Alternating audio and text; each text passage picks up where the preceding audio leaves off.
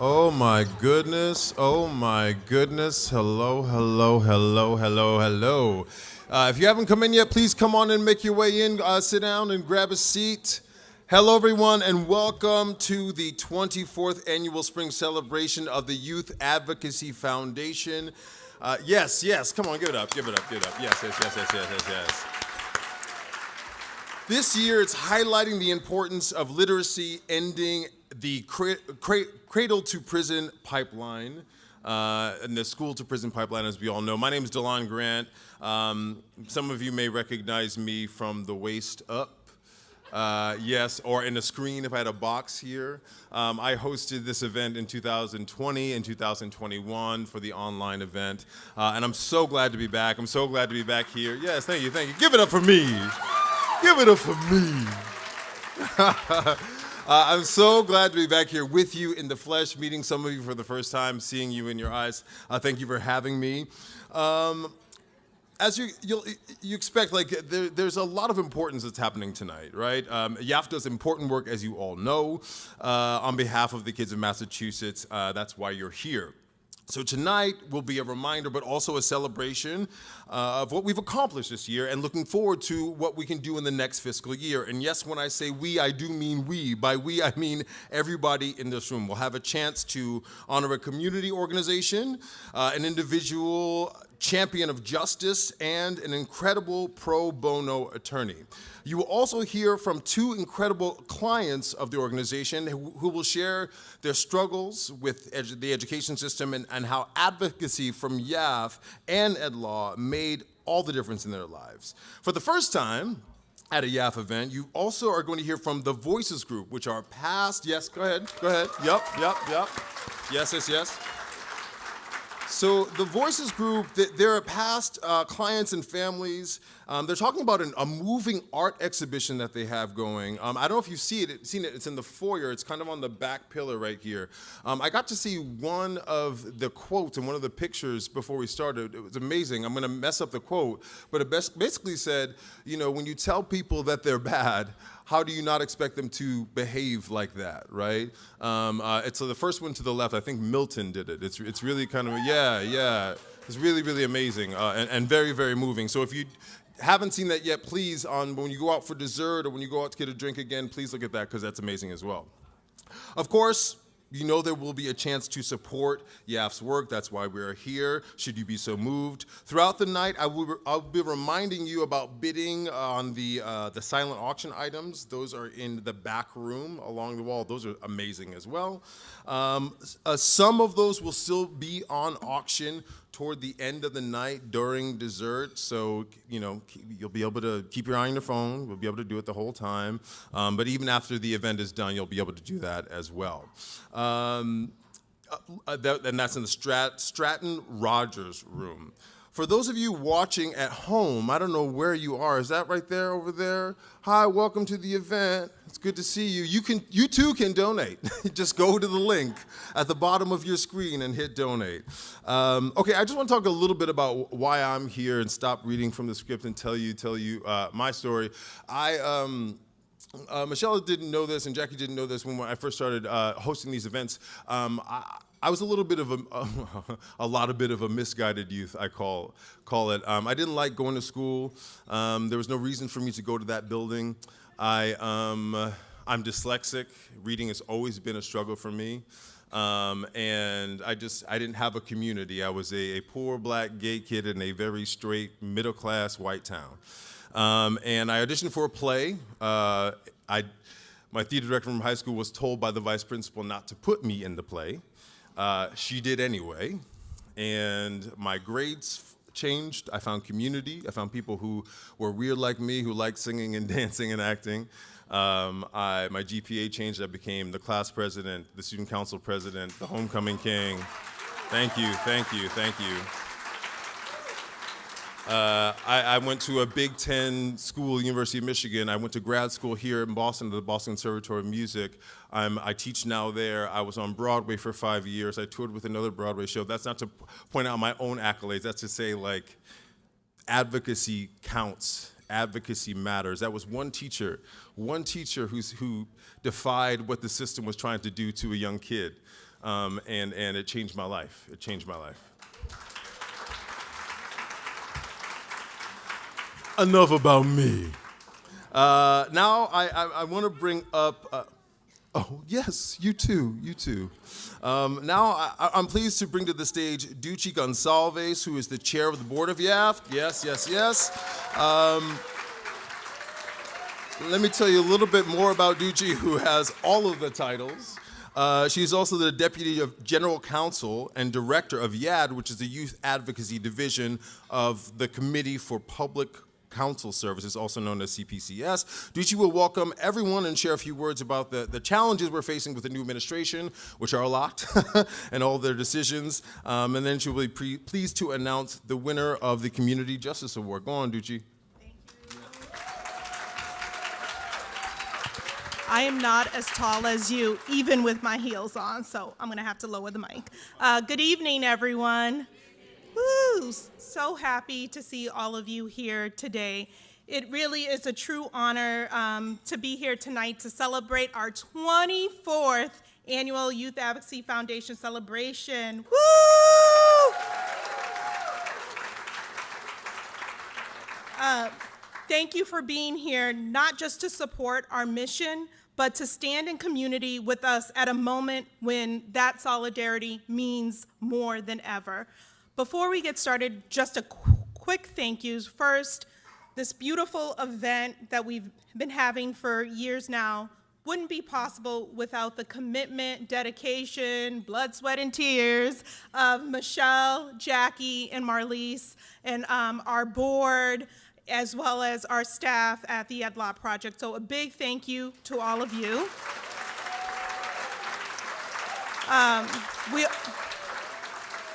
We also wouldn't be here without our sponsors, so a big shout out to our sponsors. Thank you for your continued support. And lastly, thank you. I want to thank our Chief Counsel of, and you got it right, Committee for Public Counsel Services, CPCS at the State Public Defender's Office, but Anthony Benedetti, who's our Chief Counsel and has always been supportive of YAF as well as EdLaw. I don't see, oh, Anthony's way in the back. Thank you, Anthony.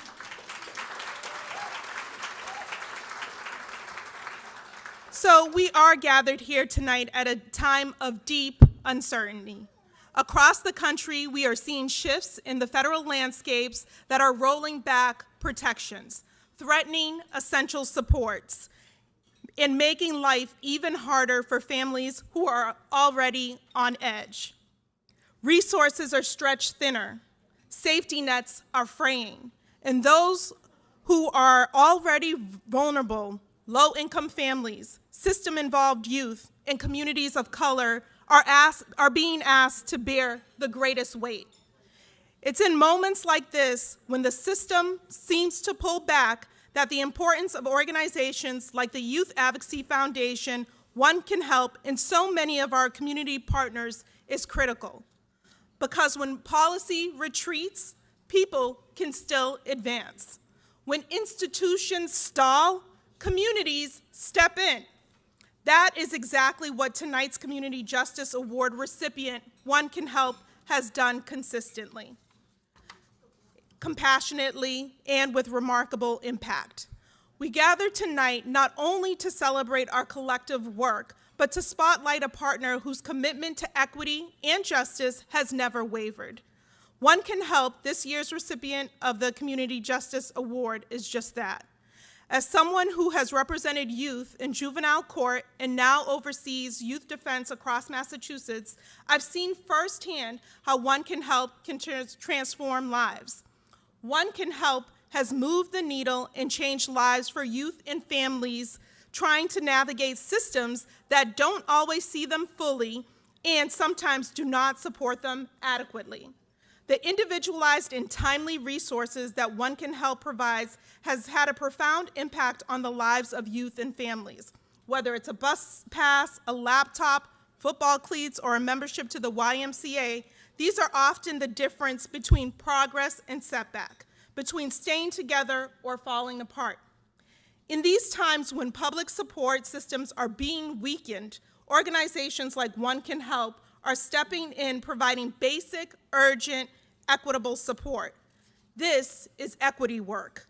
This is racial justice work, because the families that are being left behind in this system are disproportionately families of color. The barriers are systemic, and the outcomes are unjust. Unless we meet these inequities with intentional, targeted support, we are simply reinforcing the very harms that we seek to undo. That's why tonight's award means so much. The Community Justice Award isn't just a recognition. It's a call to keep going, to keep showing up, to keep offering help when and where it's most needed. So, while we face a landscape of uncertainty, we do not face it alone. We face it with partners like One Can Help, who remind us that direct help is not just a stopgap, it is a lifeline. That compassion can be immediate, and that hope, especially in times like these, is a radical and necessary act. Please join me in celebrating this year's Community Justice Award recipient, One Can Help, who will, Ray will be accepting the honor for One Can Help. Thank you.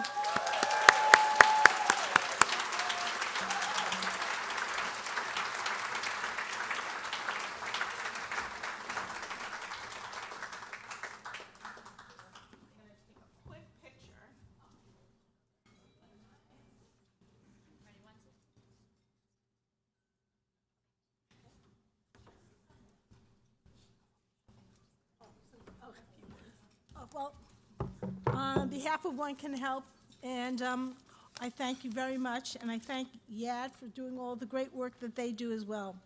For those of you who are not familiar with One Can Help, we have existed for 19 years, providing financial support to children and families involved in the juvenile court system, or GCF, throughout the state. With regard to educational issues, we have provided funds for tablets and laptops, both for students and their parents who need to maintain contact with schools through Zoom meetings. We fund clothing for children so they can feel good about themselves. We provide funds for transportation so that parents can attend school meetings and can visit with children who are in residential care. We provide funding for children who have passions, like our MC, providing dance lessons, music lessons, acting, sports, etc. These are only a few of the things we address, and we encourage all professionals who have families fitting our criteria to apply to our organization. Thank you very much.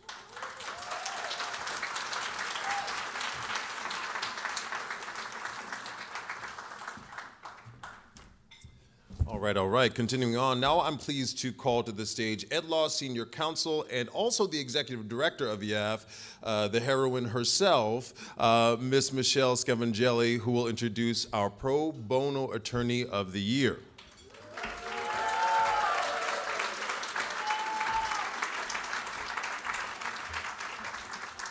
Thank you, Delon. I'm the person that's making everybody go fast, but I am going to take 20 seconds. I just have to say, as you've wandered tonight and maybe you've bought raffle tickets or you checked in or you looked over at the AV, I have to say for me, YAF is a family affair.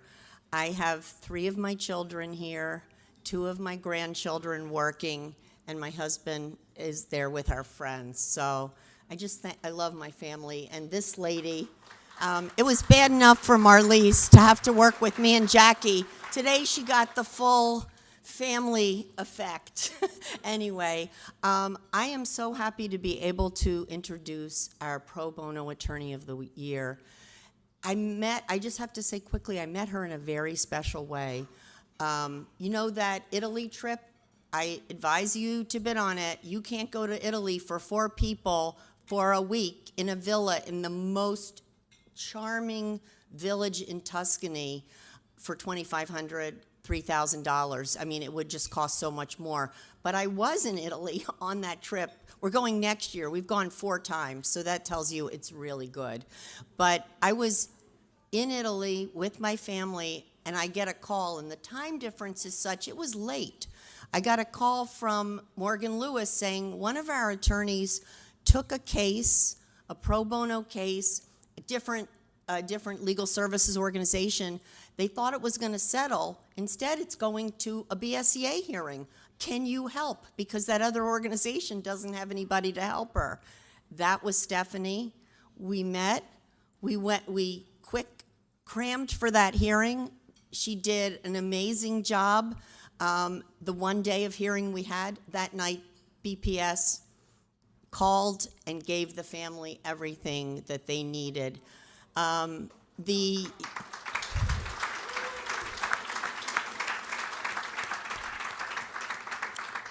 The funny part of that story is I'm actually, it's a long story, still involved with that young man 6 years later. You know, these relationships we build with our clients are long lasting. But Stephanie has done an amazing job. She was today texting. We have several cases working right now, and she's always there. And Stephanie, some folks want to say something to you before you come up. Hi Stephanie, this is Anna. Hey Julia. We just wanted to say thank you so much for all the work you do behind the scenes for us. Thank you. Thank you, Stephanie, for supporting me all these years, and congratulations on the award you got. Thank you. Hi Stephanie, Henrietta and Bogus here, Miss Ariel. Yes. We heard that you're getting an award in what is beautiful to you. Say congratulations. We cannot think of anyone more deserving. Your compassion, understanding, and professionalism is outstanding. Thank you so much for making us feel that we are your only client, because though we know we're not, you're kind, and please stay that way. Thank you. Now, Bogus, we'll kiss. Stephanie, come on up.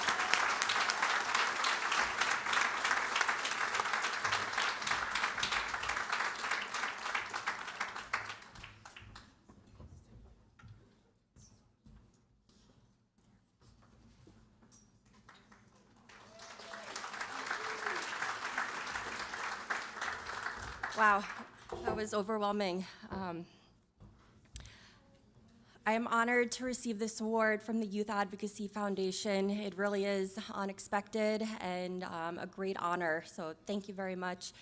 Thank you to Michelle, you've been an incredible mentor. I've learned so much from you about education law and how to be a zealous advocate for my clients. Thank you. Thank you to Morgan Lewis. I wouldn't be here tonight if it was not for the firm's support of pro bono and this particular pro bono work and my work with YAF the past 6-7 years. To all my colleagues who are here tonight, thank you for coming out and for supporting me. It's nothing to do with commercial real estate, so I really appreciate your time and all of your support. To my husband, Dave Faraci, thank you for your support. You've really helped me with these cases from a litigator's perspective, and been a really good sounding board, so thank you. And really, the thanks goes to Henrietta and Peggy and Lilani and for all of my other families that I work with. Thank you for allowing me to be a part of your education team and for working with you. And really, I share this award with you guys because you've put in the effort, you've had the heartache and the frustrations, and I'm just really grateful to be working with you all. For anyone here tonight who hasn't been part of YAF or been involved, I encourage you to get involved. It's really life-changing work, and it's very good. So thank you all. Thank you.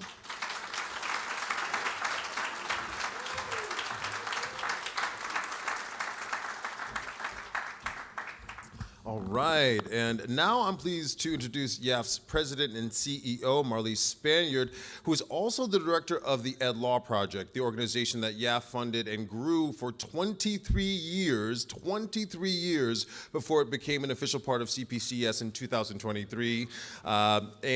She will recognize the YAF and Ed Law staff, the fabulous board who is here of YAF, and introduce the Voices Group, which I mentioned earlier, and the winner of the Commitment to Justice awardee.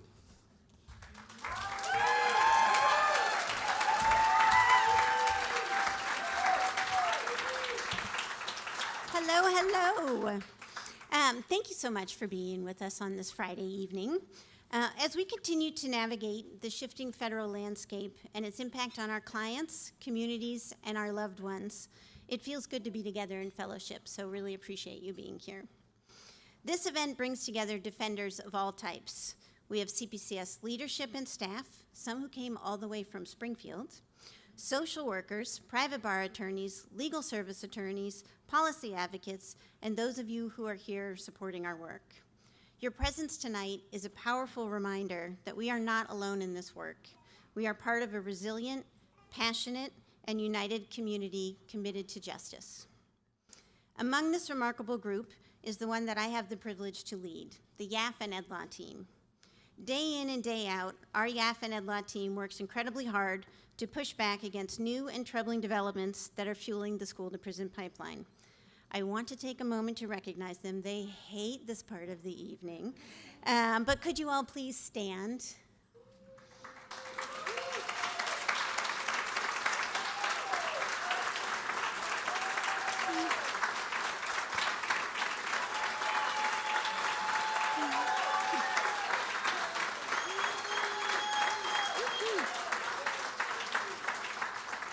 I'm so grateful for each of you. I encourage everyone here to take the time to get to know them. They're not only dedicated and deeply committed to this work, but they're incredibly smart.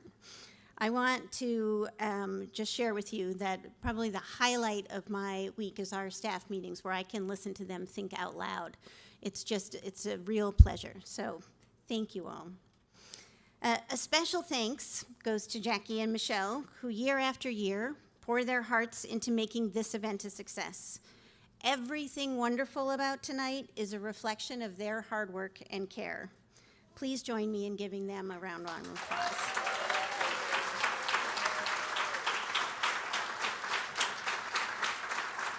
And while we have our hands warmed up, can we also give a round of applause to our board of directors? Could I have them stand up? Stand.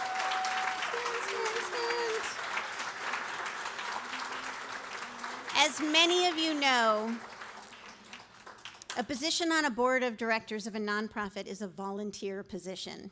These fabulous people dedicate their time and talents to YAF, and we appreciate each and every one of them. Next up in our program, we are going to hear more about our Voices project. We introduced you to Voices last year, and we are excited to share what they have been up to. You are going to hear from two members, Dream Gillenwater and Ania Durham.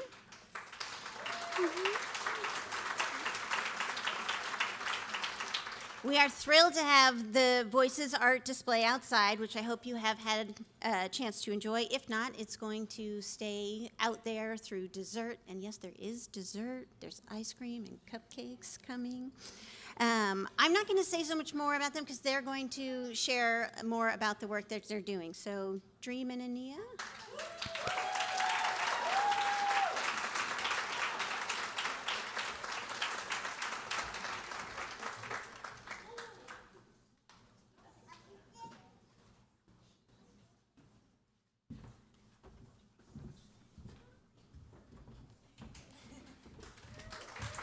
Hi.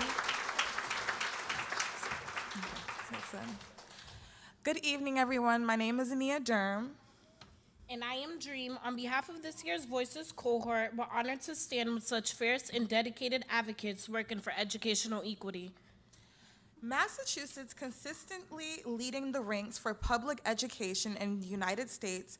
However, students who look like us, students with disabilities, students of color, students living within a certain zip code, have been systematically excluded from expressing that truth.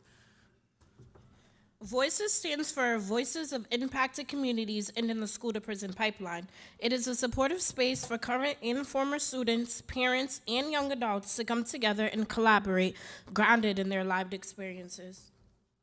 Monthly, we work together to identify systematic and interpersonal challenges contributing to the school-to-prison pipeline in our local context. Outside in the lobby, you can find the finished product of our latest photo voice project. Wait, where are we?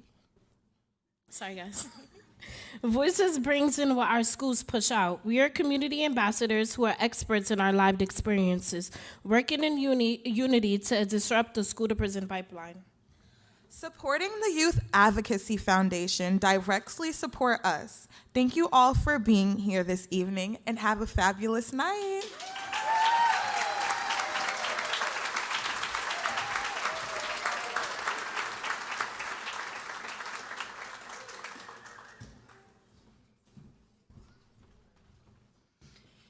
Thank you, voices, all the members. Can I have all the members stand up? Not everybody came up and spoke, but there are a lot of members here.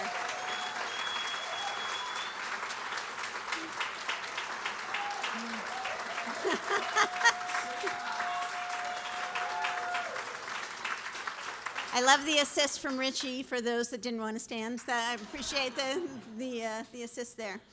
I want to say thank you for putting together the art installation. You have created something that invites reflection, connection, and conversation, and that is no small thing. Thank you for sharing your vision with us and for using your voices in such a meaningful way.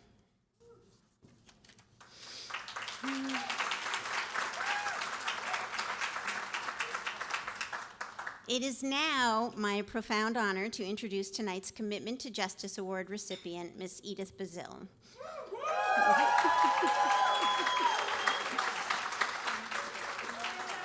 I've still got a lot to say about you, Edith. Edith is a relentless advocate, visionary educator, and courageous voice for equity in public education. For more than 3 decades, Edith has stood on the front lines of justice, not in the courtrooms, but in the classrooms. Her journey has taken her from speech-language pathology to senior leadership in Boston Public Schools and to serving as executive director of Black Advocates for Educational Excellence. At every step, she has championed the right of every child, especially those with disabilities and from historically marginalized communities, to learn in environments that honor their culture, voice, and potential. Edith has shaped policy, mentored generations of educators, and worked tirelessly to dismantle systemic inequities.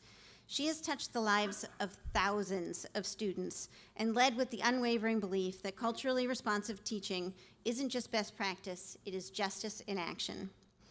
You will be hard-pressed to find anyone whose eyes light up as much as Edith's when the topic of literacy is mentioned. As a member of the City of Boston's Literacy Task Force, Edith brings passion and insight to advancing equitable access to literacy for all.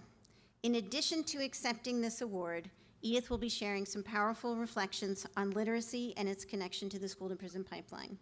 Please join me in welcoming to the stage our Commitment to Justice Award recipient, Ms. Edith Bazil.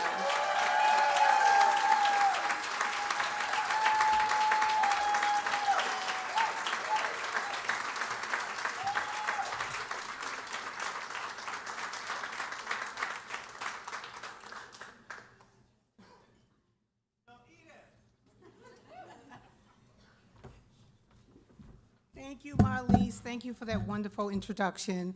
And thank you for everyone that's part of YAF, and especially for all of you who are here supporting this very important work.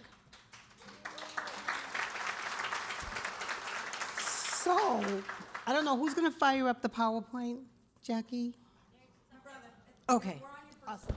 Okay, so I wanted to begin with a quick journey back to your favorite childhood book. Just think of the book that you loved as a child, because this is about reading matters. You know, maybe it was about talking animals, magic wardrobes, or friendship between a spider and a pig. What was your favorite childhood story? No judgment.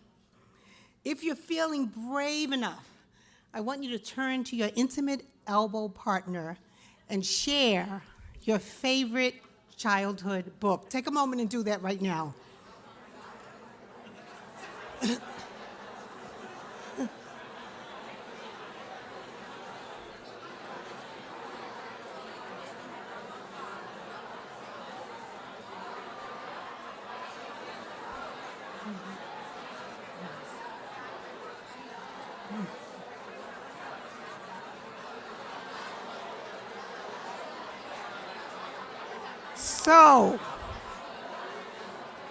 So you've proven my point. You have proven my point. So, you've proven my point. Not only does reading matter, but literacy is a conversation starter. It's really important. So, why did I start there? I started there because stories shape us. They shape how we can imagine, connect, and make sense of the world. Those early sparks of imagination continue to influence the way we think, lead, and create. Next slide. So I want you to meet Justin. His ride or die favorite was Frog and Toad Are Friends, and he was obsessed. Next slide. He was so obsessed that he insisted, as I read his favorite book, that he wear a frog costume. Well, that was the closest I could find. I know it's possibly a dinosaur or maybe a lizard. Either way, he was committed. Method acting, toddler edition. As Justin got older, he didn't just listen. He started reading his favorite parts aloud, and his reading was dramatic. Like if Frog was a Broadway monologue, Justin was ready. But then came fourth grade. Next slide. I got one of those calls from his school. Say it with me. Say it out loud. That's what I heard. Was he sick? Nope. An accident? Nope. Justin had been asked to read his fourth grade science textbook aloud in class. That's when things changed. He slammed his book down to the floor and kicked it. Then he ran out of the classroom while his teacher tried to block him, straight past the principal, dodging and nearly body checking staff like he was auditioning for the Patriots. When they found him in the bathroom, Justin blurted out, "I hate reading. I'd rather die than read." Justin was expressing his feelings the only way he knew how, and his embarrassment was mistaken for aggression or worse. He was sent home for being defiant and disruptive, and I had to get medical clearance before returning. You know how it goes. I knew something was wrong because that wasn't Justin.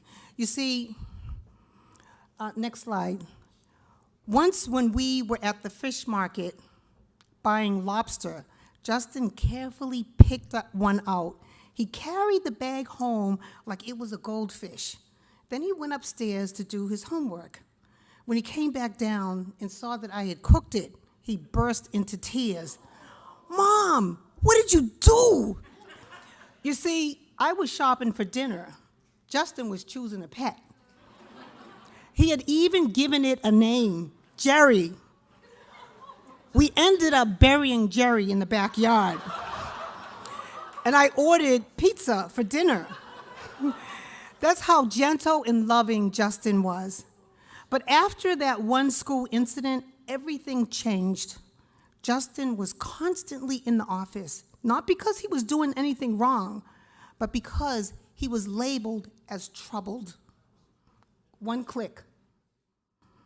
He was referred to special education, and there I was, a special education administrator, sitting in my own son's IEP meeting when the psychologist looked me in the eye and said, "Click." Can you say that out loud, everyone? One click. Well, I blinked hard. I blinked even twice and said, "Wait, what?" to myself. I felt like I was being punked by my own profession. Are the cameras around? I was in a meeting that I usually led, and my input was ignored. The team recommended a substantially separate classroom for students with emotional impairment, and I objected. The truth was, Justin wasn't emotionally impaired. He was dyslexic and exhausted from trying to hide it. Now he was being misclassified and recommended for a program that would focus on his frustration instead of his potential. I filed a BSEA hearing and got Justin the support which he was entitled to. And this is why YAF is so critical to this work of advocacy. And I'm honored to serve on the YAF board to help change systems so literacy becomes a guarantee, not a gamble. Next slide. Because I believe if we build a student's confidence as a reader, we're not just helping them read books, we're helping them to write their own story. One click. And sometimes the story starts with a frog costume and ends with a future leader. Thank you very much.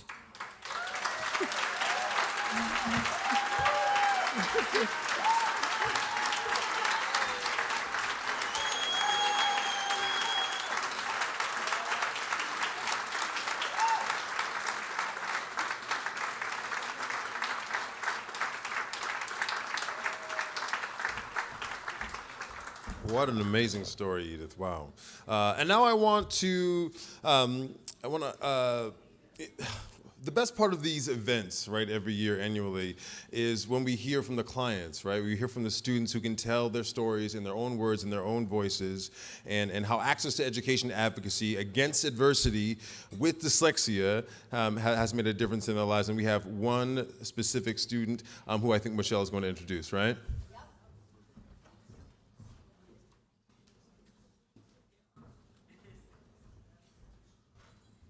I would have never thought 9 years ago when I got a call from, well, our helpline got a call from Peggy Eugene Lalani, who's going to be talking to you in a minute, mom, and Lalani was in 3rd grade. And her story was a lot like Justin's in a way. At that time, you'll appreciate this, Delon, she was in Metco. Ooh. But in her Metco school, she had undiagnosed learning disability, and she was avoiding reading. And the school called again and again, and but thankfully, we have an incredible pro bono panel. And I think Lalani's gone through a patent attorney, estate planning attorney, and now a commercial real estate attorney who, with the support of the Ed Law Project, have worked with Lalani. Her story is in the book, but I'm going to let her tell it to you. Lalani Voltaire.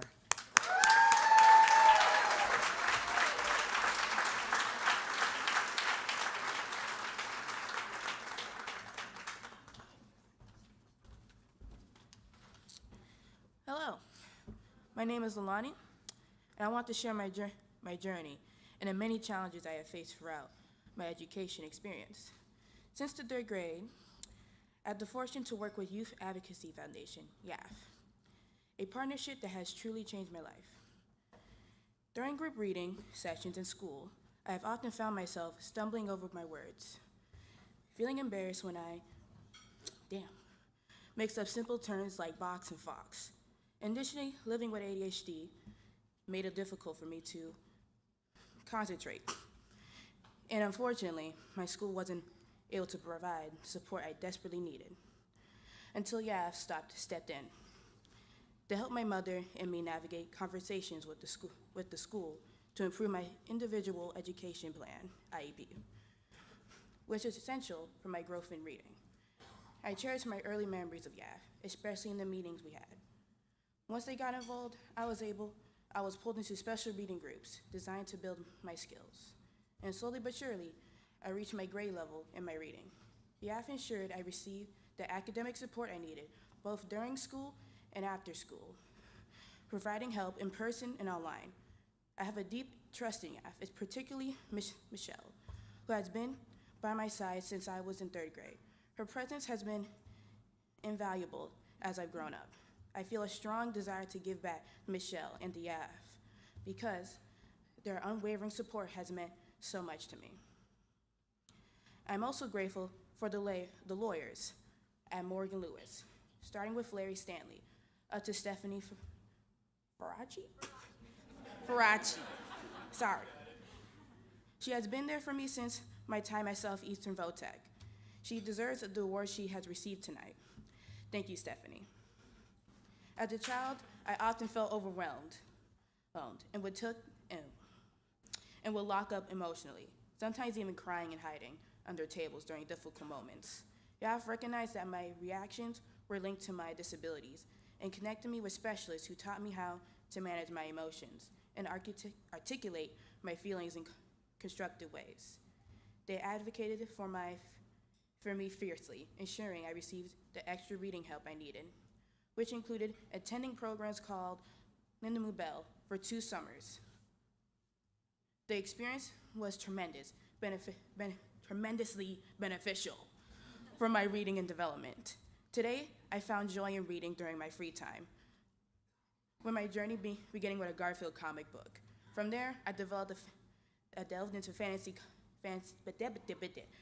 novels.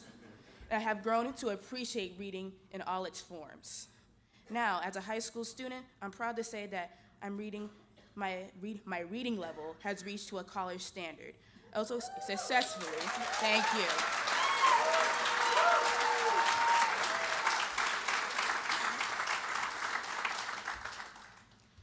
I also successfully obtained my electrical co-op position, which I'm employed,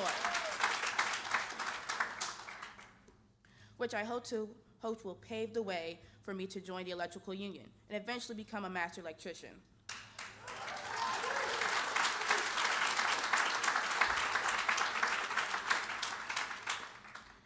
My dream is to start my own electrical company one day. None of this would have been possible without the support of YAF. They provided the foundation I needed to excel in school, enabling me to achieve the grades that made me eligible for the co-op opportunity. Moreover, thanks to them, I now possess the emotional, reading, and professional skills to succeed in the workplace. I take pride in my punctuality and hard work, driven by my desire to represent my school and my community positively. The beginning of my school journey was rocky, but the assistance I received from the Youth Advocacy Foundation allowed me to overcome those early struggles and grow. They stood up for me when no one else would, making a profound and lasting impact on my life. Without the support, I truly believe I wouldn't be the person I am today, and immensely grateful for everything they have done for me. Thank you.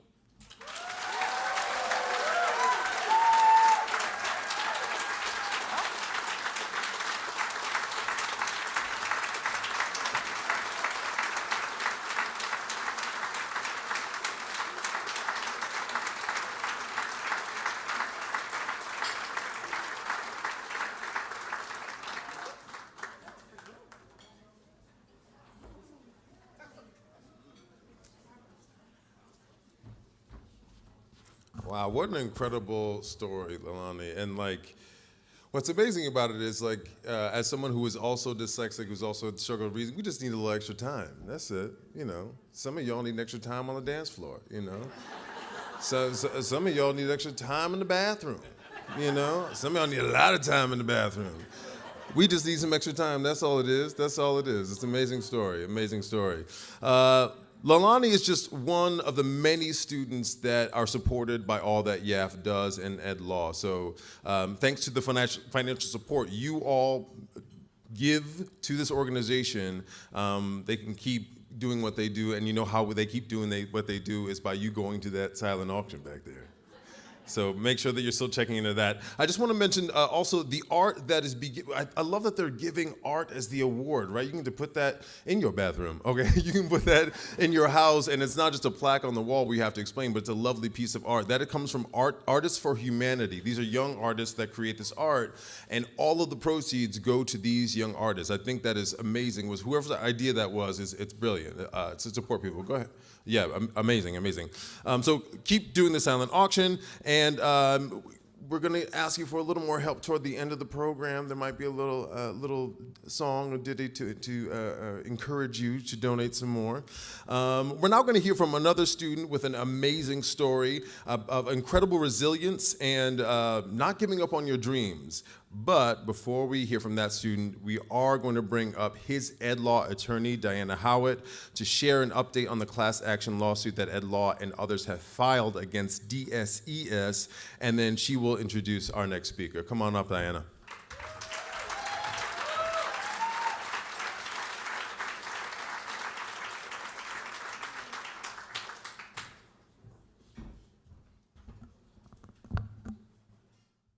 Thank you, Delon.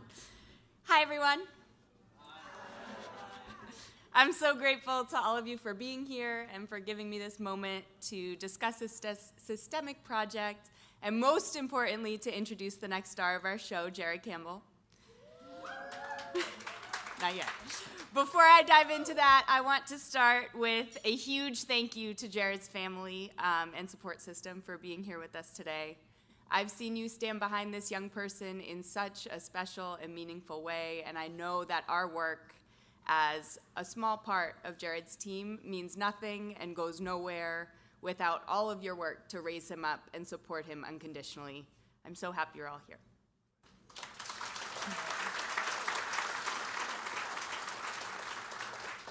As many of you know, young people can be eligible for special education services through age 22, which can be really meaningful for young people who need transition services.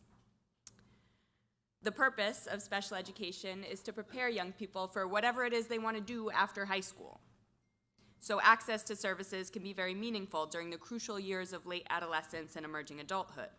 But unfortunately, in Massachusetts, at 18 years old, young people who are charged with crimes are tried as adults and go into the adult legal system. That means that if they're held in jail or have to serve a sentence in jail, they go into the adult jail system rather than to the Department of Youth Services. So, until we raise the age, we have this population of 18 to 22-year-old students who are both eligible for a full educational program and are being held in a jail where there is no high school. By law, the State Department of Elementary and Secondary Education is responsible for these students. They have to provide them with the special education services that they're entitled to. But as we have seen over years of research and engagement with this issue, the system they have in place to do that does not work. The students are not identified, and when they are identified, they either get no services or very inadequate services. The result is often that they age out of special education eligibility while they're sitting in jail with no access. So last year, in partnership with the Mental Health Legal Advisors Committee and our pro bono partners at Latham & Watkins, we took on a case to address this issue on a systemic basis. We filed a class action lawsuit against the State Department of Education asking that they fix it, that they provide to all eligible students in county houses of correction across the state the comprehensive educational program that they're entitled to.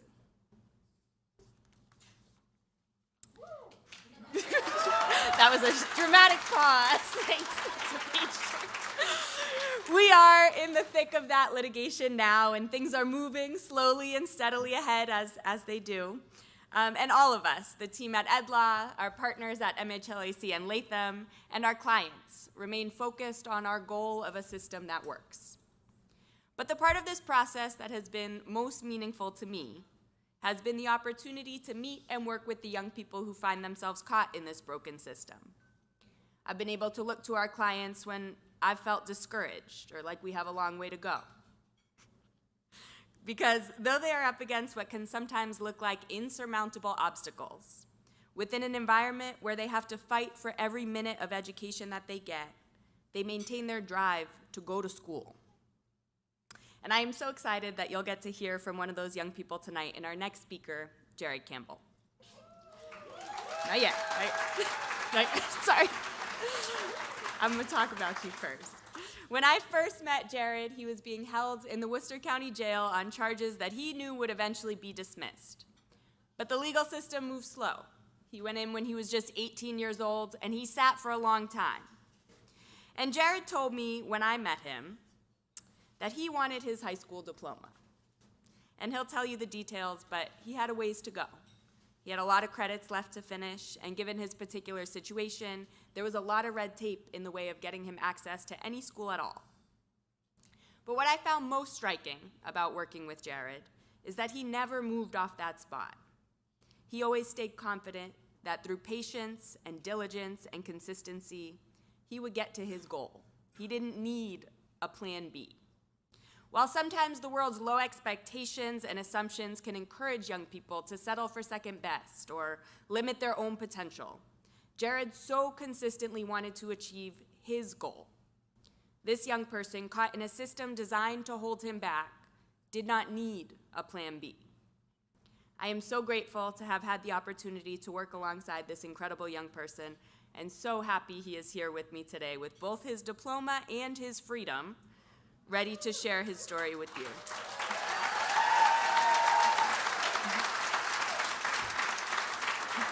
I am honored to turn it over to our next speaker, Jared Campbell Jr.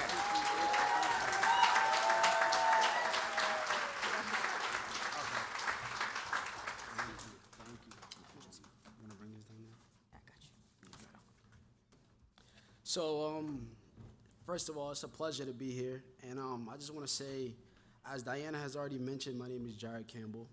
I would like to share a little bit about my past and present with you all.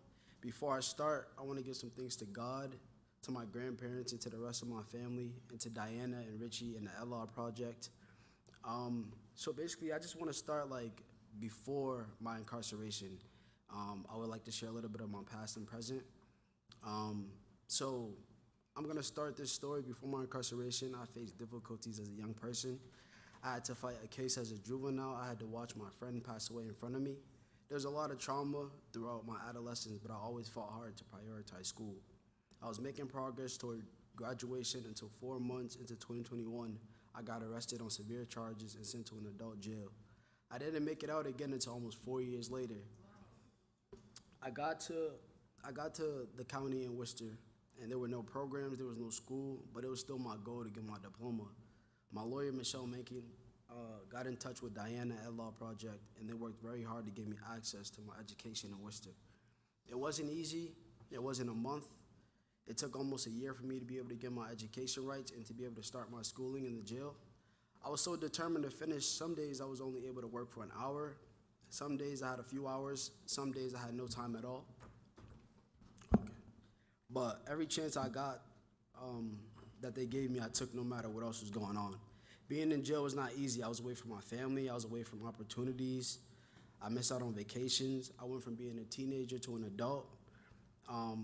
As the court process took a long time, I went through a lot of ups and downs, but even through the downs, I kept my eyes focused on my goals. After 3.5 years, my case was dismissed, and as I first came home, I struggled with trying to get everything done. But my main focus was getting my diploma. I still had a deadline to finish my classes as I was doing my schoolwork. I was also in my grandfather's program, getting my OSHA 30.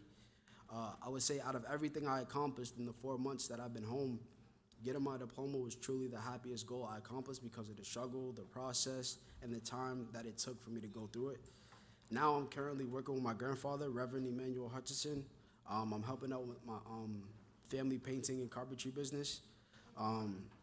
So, yeah, I mean, in the next 5 years, I see myself being a family man. I see myself owning properties and making smart investments and being happy, continuing to celebrate all life's ups and downs through the good, the bad, and the learning process of it all. And to the people in the room that are working with young people, I would say to them, show them that you care, show them that you are there for them in rough times, and try to be as genuine as possible, because that goes a long way. That builds trust in times where trust is hard to come by. And also some words of encouragement for anybody that is going through a rough time, or for anyone who has been in my shoes. It's not the end for us, it's only the beginning.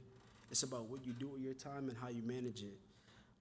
You can either take time and learn from it and grow in your circumstances, or you can be mad at life and let your circumstances take control of you. I was able to make the best of my situation and continue to grow, and grow closer to God as well. Again, thank you to my family, Diana and Richie in the LR Project, my family in the room for being here, and for everyone who showed up today to support this important, showed up today to support this important cause. Thank you.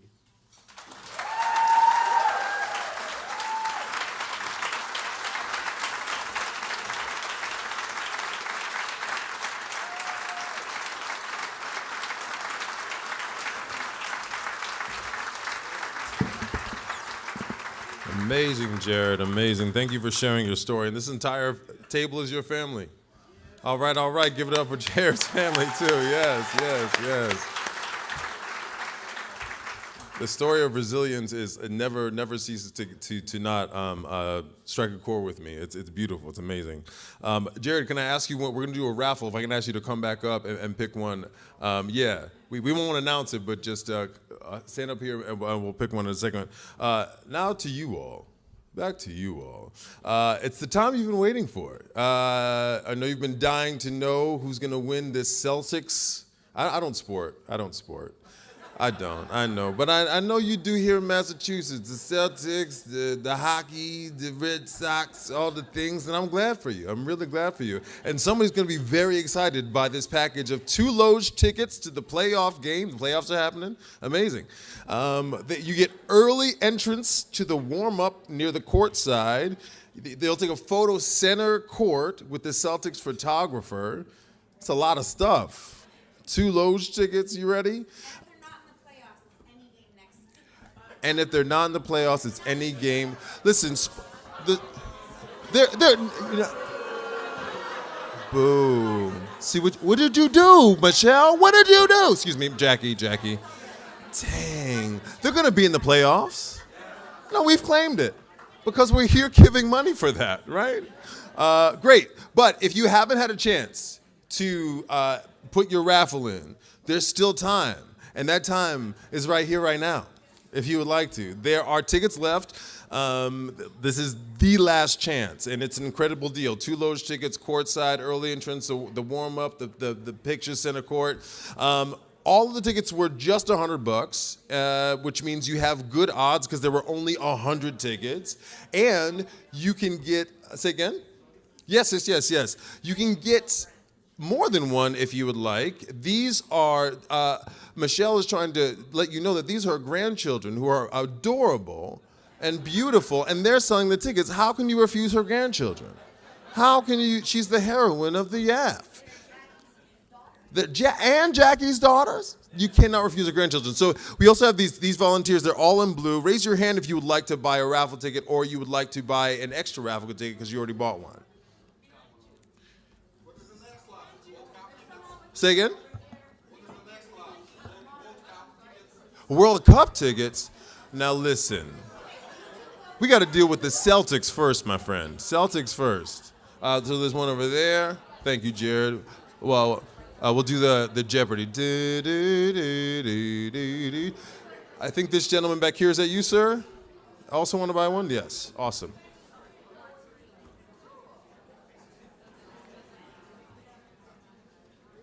I mean, it's a good deal. $100, 2 tickets. And I think, are they just coming up and putting it up here? They're just coming up and putting it up here, right? Okay, great. Beautiful.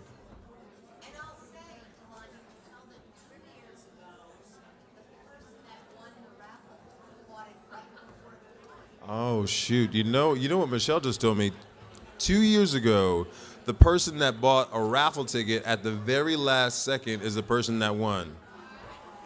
And you know what they won? The presidency of the United States. Kidding. If only. If only.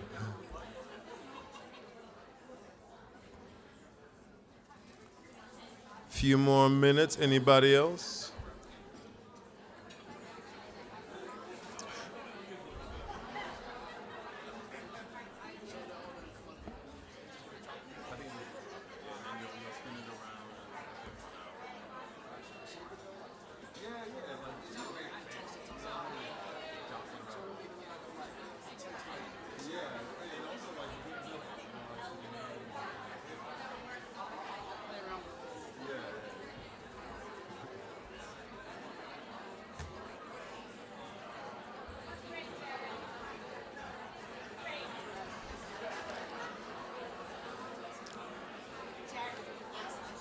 Few more minutes, seconds until we pull this. Again, that's 2 Loge tickets to the side. I don't even know where the Loge is, friends.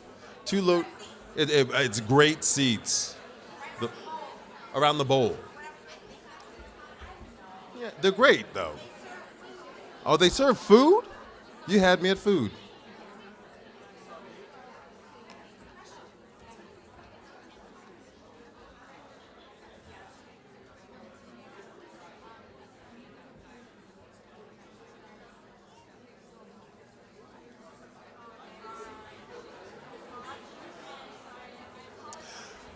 Just as that is happening, I'll also say, remember that the silent auction will be happening after the event as well.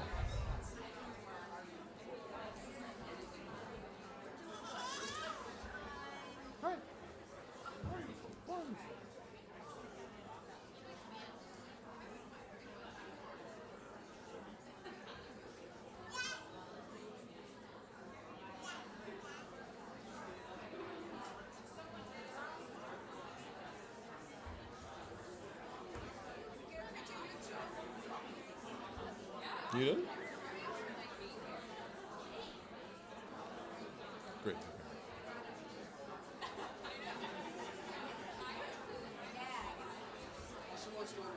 Oh, really?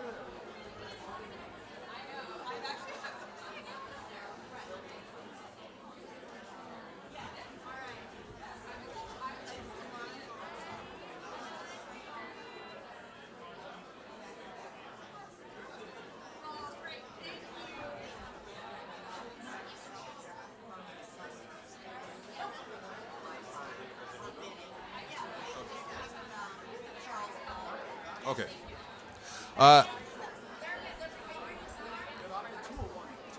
I think just one. Okay, great. I just also want to let you know, if you're trying to donate via the link and you're having difficulty because of the walls in the, get on the ballroom Wi-Fi. It's a Charles Ballroom Wi-Fi. It's open. And also get on Instagram and tell your friends to donate too. I think we've got everybody. Last call. Anybody else want to buy a raffle ticket? Last call. Hands up. Great. Are we good? All right, here we go. One more. Okay, uno más, uno más.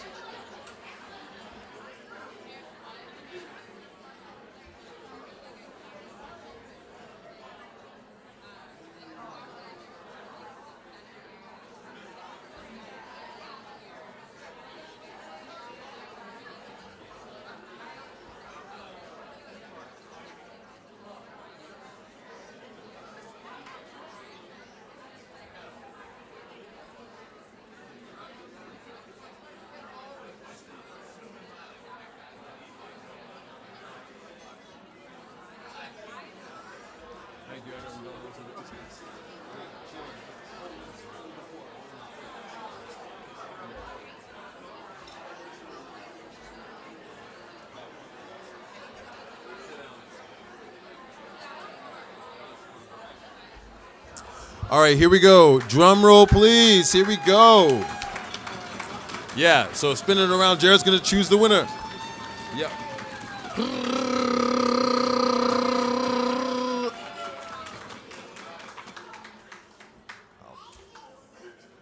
And the winner is Roy Yeoman.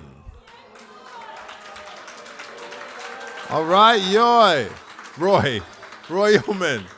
Congratulations. Where's Roy? Okay, you don't have to be here to win. Okay, great. Well, listen, good on you, Roy. Congratulations. Thank you, Jared. I appreciate you so much for being the volunteer.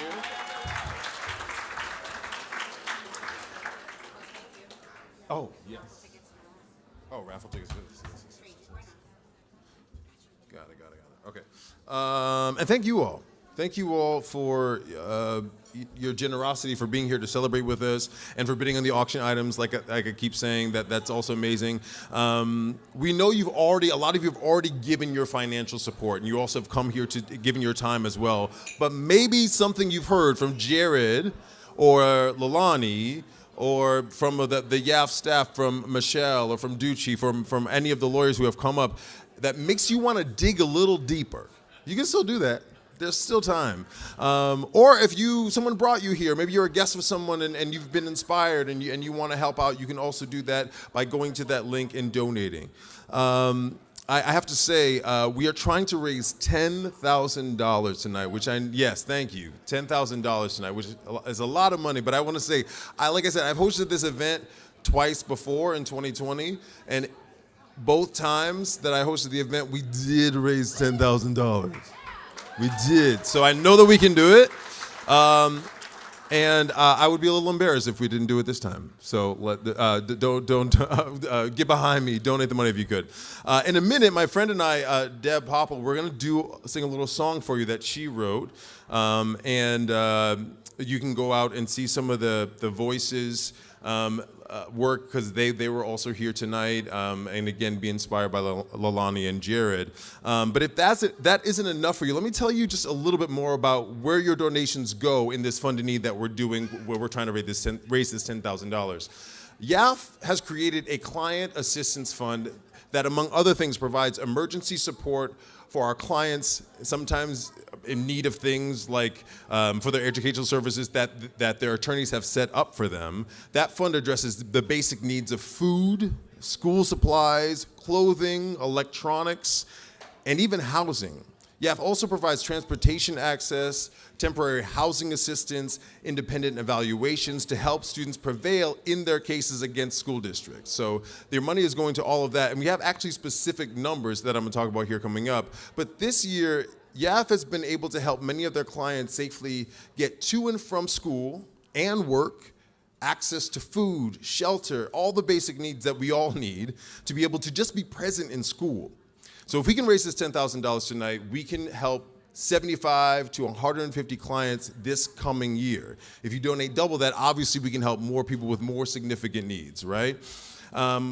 We now have amazing social advocates that Marlise introduced to you earlier, who have been supporting the education clients and the education of the clients and their learning, and with what else they need to escape the school to prison pipeline. We also know that everything that you pledge right now will go directly to YAF and Ed Law clients. Here are the numbers, which I think are amazing. All of the grant and financial assistance made by the Youth Advocacy Foundation to its clients will be guided by YAF's mission.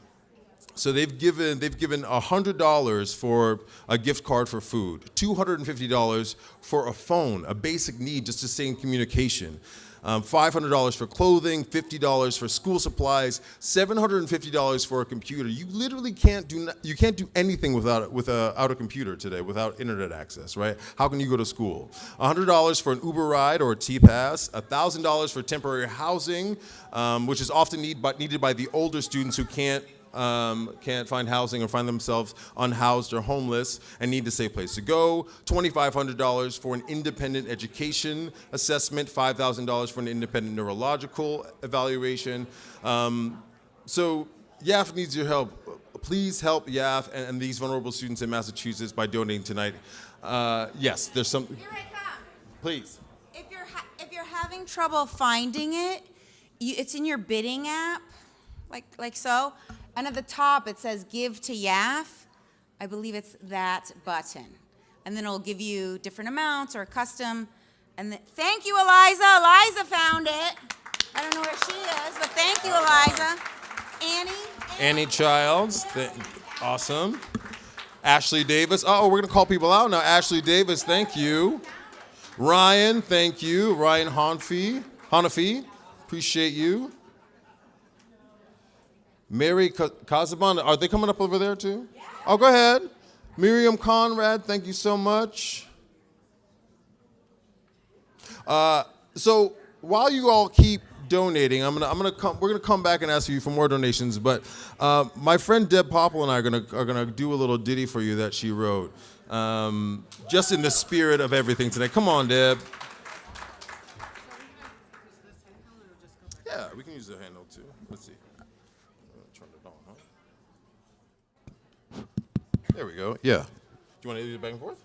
Yes, because I wrote this spontaneous stuff that we're going to say now. So, Delon. Yes. Have you ever noticed how crazy English is? I mean, I'm a lyricist, so I'm obsessed with rhymes, but so many English words that look like they would rhyme actually don't. Like all those OUGH words like cough and dough. Yes, and tough and through. Why does it have to be so hard, Deb? It's actually miraculous that anyone learns to read the English language. Right? And you're dyslexic. That must have made the arbitrariness of English even more frustrating. Amen to that, sister. Let me tell you something. At first I was afraid. I was petrified. Sing words that should have rhymed but didn't side by side. And after spending years thinking I would never read, oh yes indeed, I finally did succeed, but it was hard, 'cause English blows. I mean D-O-E-S is does, but G-O-E-S is goes. Unless it's does like deer, of course. But here's another bummer. I'm telling you that number looks like it should rhyme with plumber. Oh, you're so right. You speak the truth. Like, have you noticed South doesn't rhyme with youth, although they're spelled the same, and maybe it's banal, but it's a shame that anal doesn't rhyme with canal. And come and home don't sound the same. And also note that sesame don't rhyme with became, and good don't rhyme with food, and here don't rhyme with there. So when it comes to reading, English doesn't play fair. It took all my strength not to fall apart. My parents and my teachers helped me not lose heart. I spent so many nights trying hard to persevere, and now I'm here with an acting career because I read, which looks like bread, which only rhymes in past tense 'cause read turns into read. But those are spelled the same, which really blows my mind, which doesn't rhyme with wind, but wait, it rhymes with wine. We're almost done. Just let me say that wallet and mallet don't rhyme with ballet, and love don't rhyme with move. I tell ya, that's not nice. And furthermore, apprentice ought to rhyme with entice. But with your help, we will survive. As long as we know how to read, we know that we will thrive. So please do not be schmucks. Please give us all your bucks, and we'll survive. We will survive.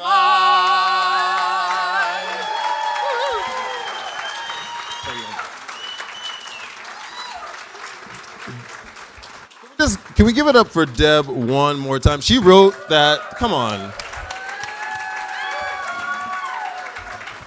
I don't know how many of you write anything, but when you do write something, it's hard to write, period. But then to take something that already exists and then try to make it work is astounding. Let's see where we are with the bidding. Come on. We're past halfway. We can get further. Keep going, friends. Keep going. You know what? If we get a little more than halfway, maybe I'll sing another song.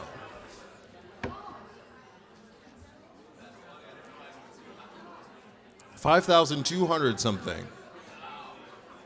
That's amazing. That's amazing. You can also, I should say, you can also continue to donate after, right? If the spirit moves you, take your program, you can also donate after, and don't forget our auction items in the back. That is heading toward the end of the program here, but we want to give a few more minutes for anything to people to donate. I also. Again, it means so much to me that the advocacy that you all do. Thank you for having me, and thank you for the people who shared their stories tonight. Thank you all for being here. It's been amazing.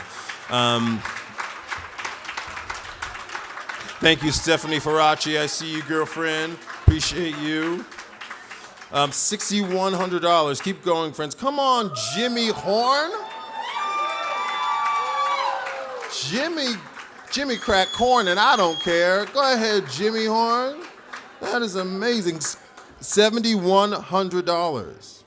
Wow. Yeah, listen. I'll use this one. I will sing another song if we can get this money up. Can we get?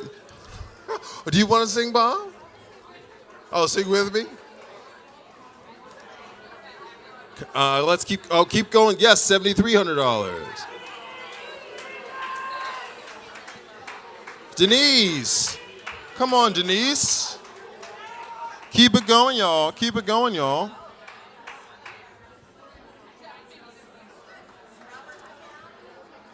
Do you want to come up? Robert, would you like to come up and sing a song?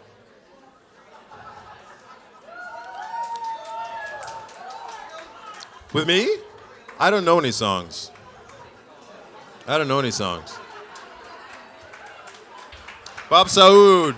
Yeah.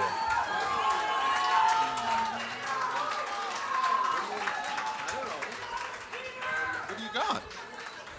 Please. No, you have to take this. I have to sing. I have to sing. $8,100. $8,100.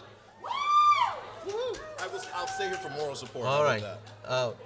Money makes the world go round, the world go round, the world go round. Money makes the world go round, it makes the world go round.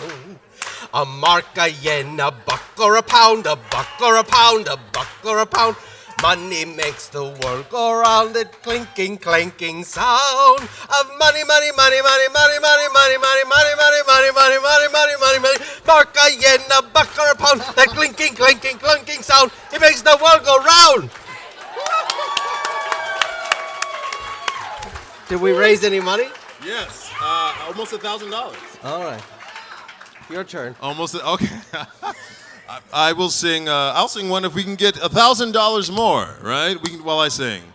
Were thine that special face, that face which fills my dreaming, were thine that rhythmed grace, with thine the form so lithe and slender, with thine the arms so warm, so tender, with thine the kiss divine, with thine the love for me. Money, money, money. What's happening? Come on. Oh, come on, people. That makes me feel my dreaming. Come on. I'll keep going. When all these charms are thine, then you'll be mine, all mine. Oh, come on. Okay. Oh.